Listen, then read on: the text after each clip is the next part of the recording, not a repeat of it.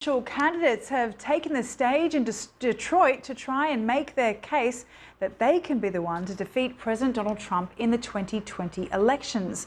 The first round of debates took place last month with 20 candidates vying for the public's attention.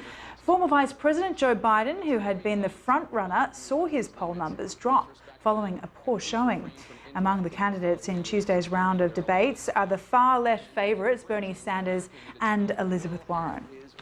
Now, for more on this, Democratic strategist Kevin Walling joins me now here in the studio. Kevin, we're two debates in. Where are we at now? And just describe for our international audience how important this debate is. Sally, it's a great question. So this, as you rightly point out, is the second debate that we've seen so far in the Democratic field. The next month, we're going to see the third out of Houston, Texas.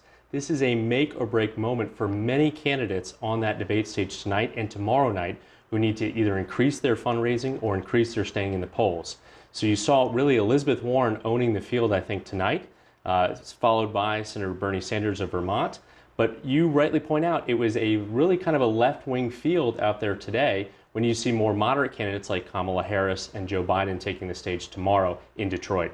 And what's interesting is the last debate we saw, Kamala Harris had a really gold nugget that could be retweeted there. And that seems to be something that a lot of these candidates are looking for, those moments that they can shine, even if it's for 30 seconds. Exactly. And we did get that from Elizabeth Warren tonight. Let's just take a look here.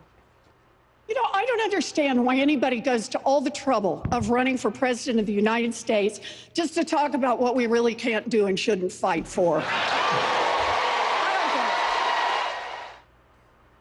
So we hear there, she said, our biggest problem is Washington, it's corruption, giant corporations that have taken our government, holding them by the throat.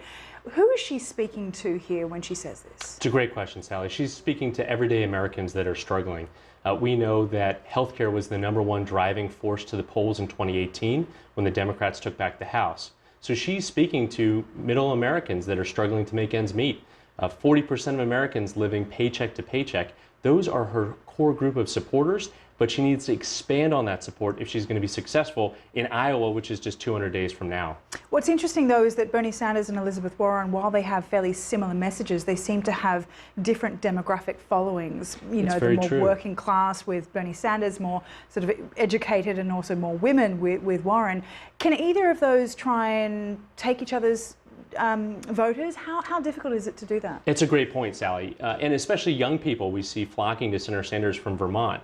I think Elizabeth Warren, who has hired a really kind of team built on millennials, is going to play up her strengths among young voters to try and tap into that audience that Senator Sanders had a lock on in 2016 and is really giving him strength in this re-election.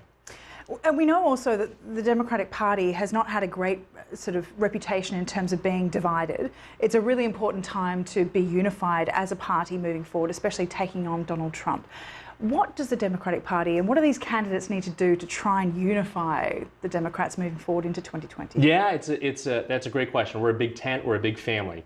But the interesting thing is when you talk to kind of middle of the road Democratic primary voters, their #1 interest, 60% of them, want to see Donald Trump removed from office, right? So that for so many folks that are going to go to the polls in these early primary states, that is the #1 issue, which is why I think you're seeing the strength still with the vice president. And you know, he kind of stumbled out of the gate in the first debate. It'll be interesting to see his performance tomorrow, especially in between Senator Cory Booker of New Jersey and Senator Kamala Harris of California, who've been kind of on the attack with him, especially on race relations in this country. But again, the vast majority of Democrats, I think, want to see the president removed more than anything. Really interesting times, but still fairly early to tell, I think. It is. Great. We've got 200 days to go. I know. Looking forward to it. Right. Thank you very much, Kevin. Thanks, Sally. Kevin Walling.